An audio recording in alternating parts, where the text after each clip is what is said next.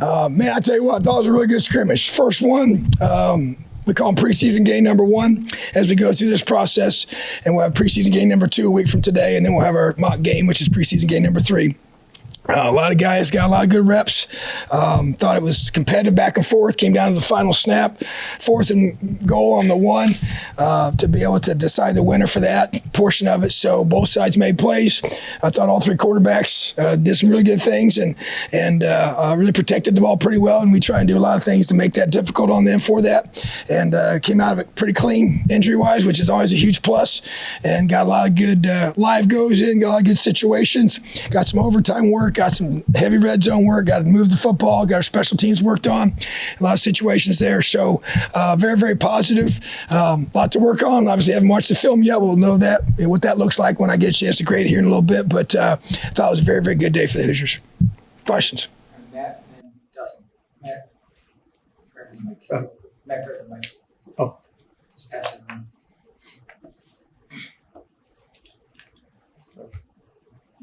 Coach, I guess what were the biggest things you were looking for on both sides of the ball today in your first game? I know you guys been in pads for a little bit, but what were you hoping to see from each side of the ball?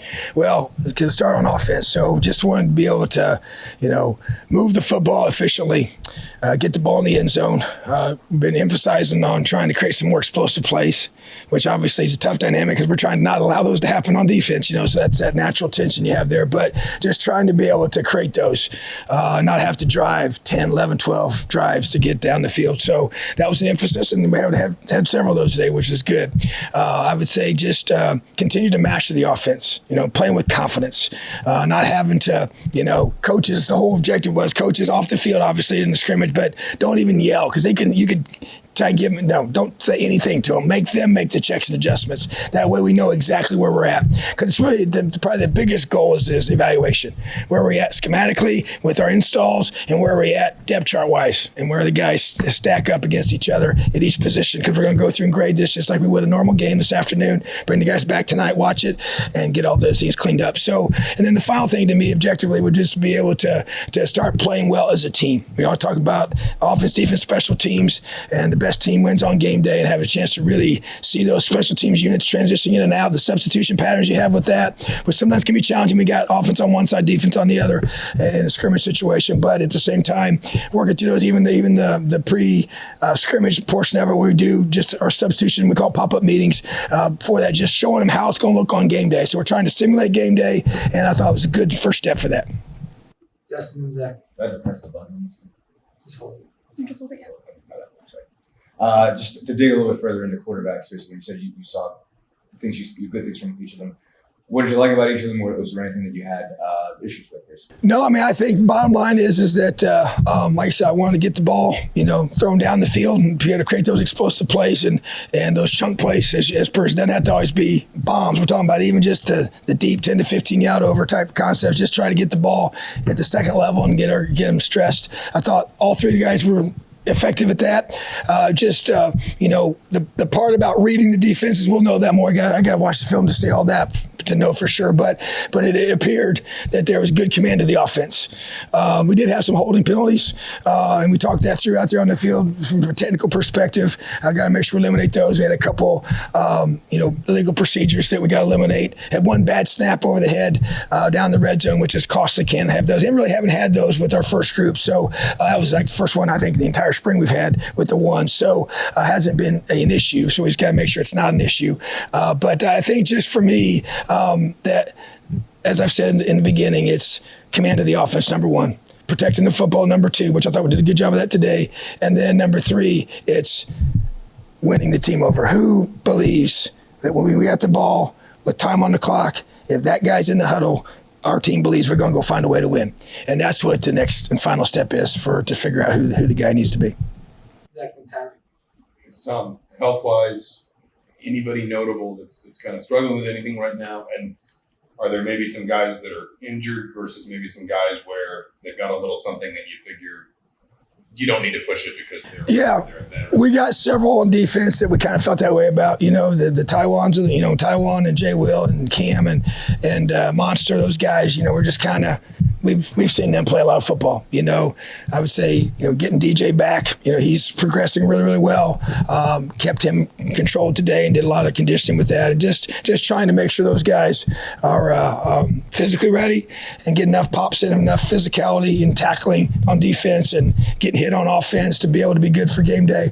But yeah, there was a little bit of that. I feel, we came out of the scrimmage good. We had, I think, a couple younger guys that got tweaked up a little bit, but nothing serious, it doesn't seem like. So very clean day on that, which is, that's a big deal, and you have a chance to have a full live scrimmage like that. That always happens. So felt good about that and feel like that, we're really trying to do a good job with our strength staff of using a lot of play counts with our guys, and understanding that whole dynamic, and spend a lot of time studying that, researching that, making sure we feel good about it. The whole scrimmage today was built off of that. I keep track of it throughout the whole time, and really trying to stay true to that progression to keep building to be able to peak on September 2nd.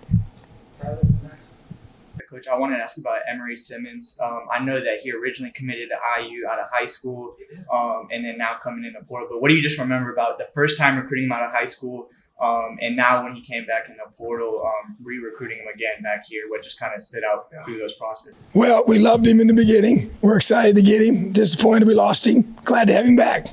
And know his parents real well. And that's kind of, the uniqueness about some of these guys that you have a chance to get to know. And then it kind of comes full circle, so you don't feel like you're just getting a guy that you don't really understand where he comes from and everything. So, if you talk to him, he and I have talked a lot. He loves being here. And loves the opportunity to be able to be where he initially committed to. He's got a really high motor, love his attitude, love his work ethic. He's a playmaker for us. I'm excited to what he's going to bring to our offense. I love his leadership on offense.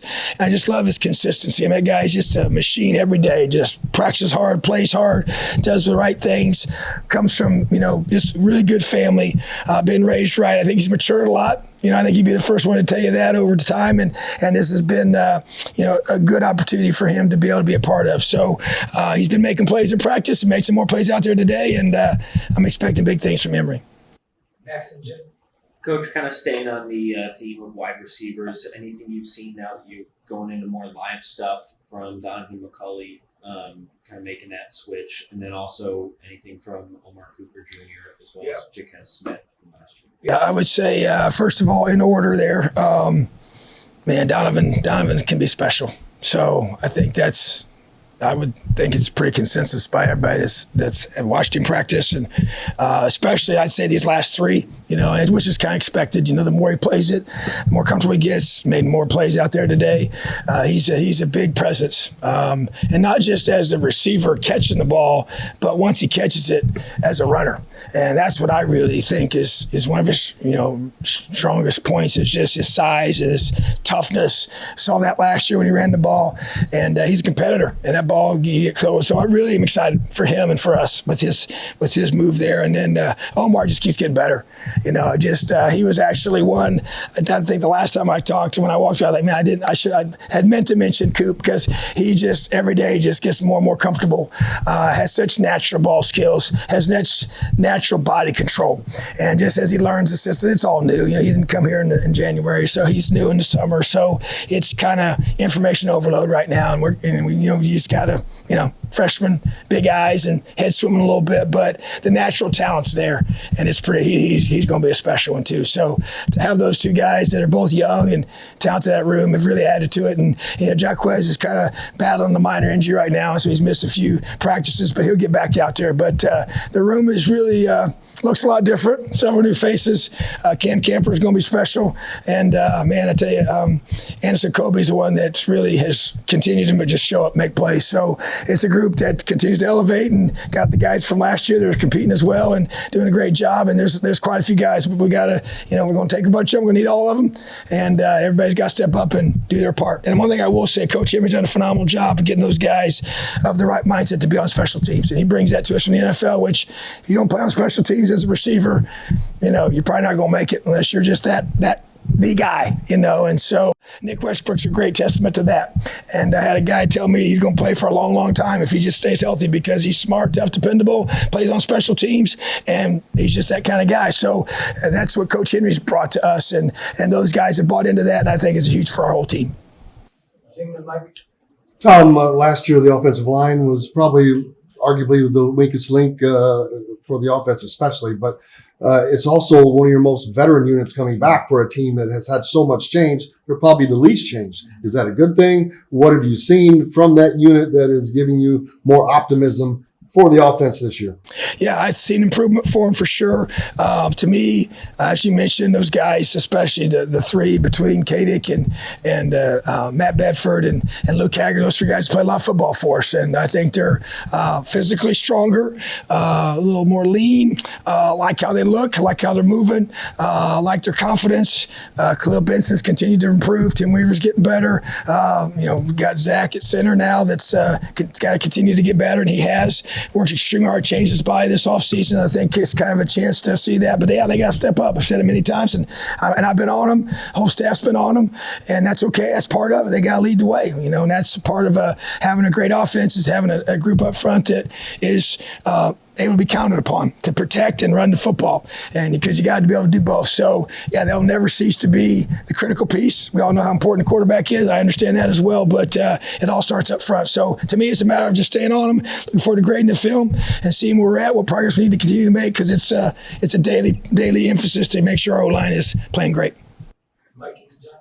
Yeah, Coach, I'm curious. You've been at this for a couple of weeks now. Is there one or two guys on the team that maybe were completely off your radar coming into this that just kind of seem to keep flashing and keep popping that you now start to think maybe they're going to see the field more than you thought a couple of weeks ago? Well, I don't know if I would say maybe off the radar completely, but I will say Bo Robbins has really been he's taken that next step, that you want him to, and has gained a lot of good weight, and is really playing the way I expected him to. And so that would be number one. I think the other one is it's kind of just taking his game to another level is Lance Bryant. He's been here a long time, but he is playing his best football. He's showed up every practice. He's just flashed and made plays. And obviously he's been here enough to understand his role, but it was more than that. And it's almost kind of like something kind of else has clicked on him that's allowed him to be able to play at a higher level. And I think that's huge. I mean, that's what you have to have, I think Dexter Williams is as improved as anybody on offense, and that's huge for us. I mean, we know, last year we needed everybody possible to step up in that room. And so to have three guys you feel like that really can do some good things for you is a very, very positive thing. So he jumps out to me and just thinking through other guys. I mean, to me, I will say, I think that Bamba James is coming on. And we need him to. He's a big guy, big frame, big body type. We know what AJ can do. We need another bigger guy in that group to step up. And Aaron has a really good skill set with ball skills and catching the football, but we need another guy in there that's really going to be a thumper, and that's going to be big for us. So those guys be the ones that stick out to me. Tom, do you have a deadline for when you want to name a starting quarterback? Well, I would say, as a program, we would like to know, probably after the second scrimmage, in that window after that, in the next several days after. I'm not going to announce it until kickoff, so that's just basically, that's probably the right way to do it, right? So I call a defense, and if I know who the quarterback is, that's a little bit different than if I'm not sure. So it will not be announced till then. But the bottom line is that we will know, and he will know, and the team will know. And so because it's, game one is Big Ten football, right out of the gate. We all know that. And so we understand what's at stake. Jeff. Coach, I remember last year saying the need to kind of bulk up on the defensive line. You did that with the 3 transfers, 2 guys from Ole Miss, and then JH. Just what have you seen from them this spring, and how much of an impact do you expect them to make this season? Yeah, I would say I expect all 3 of them to be a big part of what we're doing. As you mentioned, with PJ and LD, 2 big 320-pound guys that I've been very pleased with. And J.H. Tevis has been phenomenal. Just really one of our leaders. And don't expect that from a transfer. Such a professional. He's getting his MBA. He's taking quantitative analysis right now, which is probably the hardest class in a very hard major. And I know that because my son's in the same class right now doing his MBA. And to do that and be in fall camp, you know, you got to be a grown man and your responsibilities and also have to be pretty sharp. So anyways, all that, he's just smart, tough, dependable. And those three guys to me need to help step up and help us. And JH is a technician, not as big as those other two guys, but understands football, you know, and you can see why he was effective, you know, where he came from. And we need those guys to play with great technique. You know, it's about rotating those guys. You know, we're going to play a bunch of D linemen. We need to get bigger. We need to have more mass. I thought we were a little undersized last year, and we play in a big man's league. So those guys need to all do their part to help us be a great defense. All right, thanks, Tom. Have a great day, Elio.